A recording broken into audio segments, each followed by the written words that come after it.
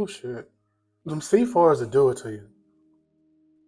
Listen, C4 greater than Celsius. I don't care. Celsius tastes way too damn healthy, and C4 and Celsius neck and neck are both fake healthy for you. Listen, just go whatever tastes good. Just go whatever tastes good, Ken folks.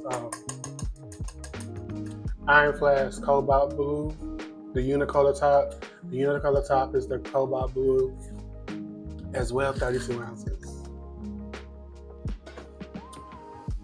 But let's get into this DEI. Let's get into it. Let's get right into it. I need to do a little quick history housekeeping. So, the fundamentals of DEI started, during the civil rights movement of the 50s and 60s. DEI got its foundation, its imprint in the U.S. Constitution. After the decision of Brown versus Board of Education in 1964, since then it is seen throughout almost every act or law that includes diversity. Most notably, the Equal Employer Opportunity Act. Most recently, the socio-political movement, Black Lives Matter movement. That's the reason why so many white people think black when they think DEI. Okay. So I came to learn about DEI during my time in high school. I went to high school at Jim Hill High School in Jackson, Mississippi. And I was there from 9th through 12th grade. And I was in the Future Farmers of America program. If you went to school during the time that I went to school, high school between the years of 2001 2005. I am very aware that my 20-year class reunion is this year, and no, I am not going to it. Thank you so much for asking. But yeah, literally every school in the state of Mississippi during the years of 2001 2005 had a Future Farmers America program. It was in the 2010s when they started doing all them cutbacks, and they let the Future Farmers America program in the rural public school systems in the state of Mississippi. Okay, the reason why me going to Jim Hill was so special because Jim Hill had a program called the International Baccalaureate, or the IB program, and it was brought to us by the same accreditation company that does the accreditation for the University of Southern Mississippi. And pretty much what the IB program did, it was to streamline the scholar to college. So they were on a 5.0 grading scale. They had homework due every day for every subject. They had a quiz every day for every subject. I want to say during their 9th and 10th grade years, they had a test every week in every subject, and they had a project due every 2 weeks in every subject that's C4. That's C4. Yes. They had a project due every 2 weeks during the duration of their high school career. And then they got a little leeway in their junior, senior years to only have, I think, 2 tests in each subject a month. So they got 2 tests in each subject a month. And yes, a lot of them do have imposter syndrome and anxiety issues. But see, that's not the point. That's not where I'm trying to get at. Okay, because this program was at Jim Hill High School, and at the time I was in school, or at the time, honestly, when I was getting ready to leave middle school and go into middle school, that's around the time, like the late 90s, where the state of Mississippi was actually losing degreed talent in its agricultural sectors. And essentially what the state of Mississippi needed, they needed more degreed talent in their DEI programs to support the agricultural businesses in the state of Mississippi.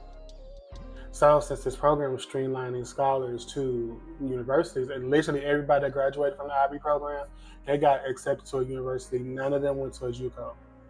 None of them went to the military. All of them got scholarships some kind of way to a state university of, or a couple of them got into Ivy League, a couple of them got into like private universities. But pretty much most of them, at the very least, went to a college, a university, right after graduating. So yeah, that was very attractive to the state of Mississippi. So they were always there. I would see the Mississippi USDA branch market DEI programs and scholarships funded by DEI during career day at Jim Hill High School. I would also see FFA uh, at the state level, they would be working with the DEI programs to provide scholarships. And the FFA also had like a huge presence in Delta State University and Alcorn State University. So they was really trying to get these kids to uh, achieve degrees that could be used to help support the agricultural sector in the state of Mississippi. Now, why was this so important? Because they needed to keep that federal funding coming in, because Mississippi top producing in one of the top states producing chicken, so genetically modified non-GMO chicken. Mississippi has a lot of chicken farms. Also, the Tyson plant, one of the main producing Tyson plants in the southeast, is in the state of Mississippi. Your chicken feed, so if you know someone who has chickens, they have a little chicken farm in their backyard, and they rave over store-bought feed, the corn in that feed is a high chance it comes from the state of Mississippi. The state of Mississippi also is high producing in organic and as well as USDA graded beef. Again, that is the USDA works with DEI to support farmers who want to grow and sell USDA graded beef, organic pigs, organic catfish. Mississippi is no longer the highest or the top producing source of catfish in this nation. It is actually now China. So if you buy frozen catfish, it is a high chance that it came from China. If you buy organic fish and you from the deli, it's labeled organic because it's not frozen. And the deli, the butcher area in your in your local grocery store, and you live in the southeast, it's a high chance that that catfish came from the major catfish farm in the Mississippi Delta. Between Indianola and Belzoni, Mississippi, it's somewhere in there. It's all north of Yazoo, south of Itabena. Itabena is where Mississippi Valley State University is. Collard greens, mustard greens, turnip greens, watermelon, pecans, walnuts, and soybeans. That's how Mississippi makes their money, through agriculture. A lot of you are seeing how farmers are getting royally fucked out of federal funding. You know, and our groceries are going to go up. And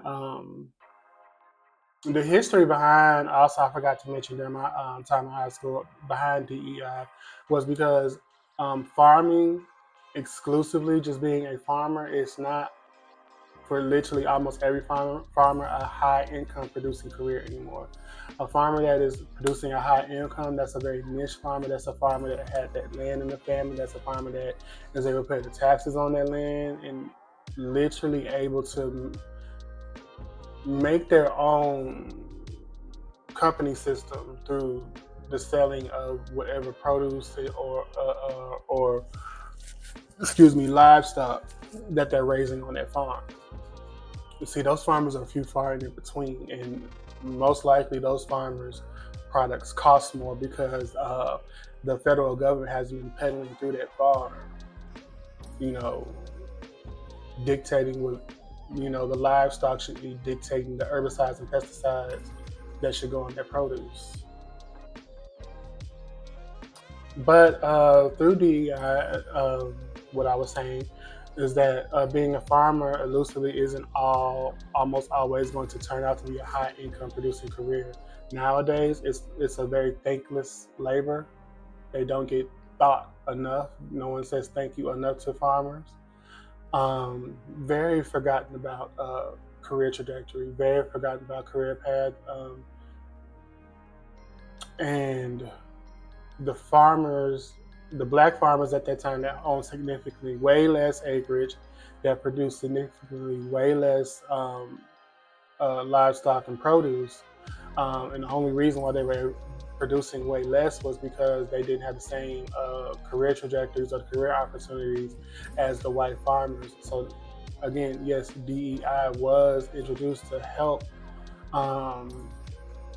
those black farmers get the federal assistance needed to, rev up their farm and get some revenue coming in their farm. But as time elapses and we go through Reaganomics and um, however, what, four other presidents, now being a farmer is like, if you really just ask a farmer how much they're netting and they tell you like if on a good year like 55, 60K, believe them. I'm not talking about a farmer that's on like 20, 30 acres. That's probably a farmer that owns 200, 300 acres, operates a farm of that size and only generating 60K a year. And no, they probably don't own that house. No, they probably don't own that land. They probably have to finance it through USDA loan programs.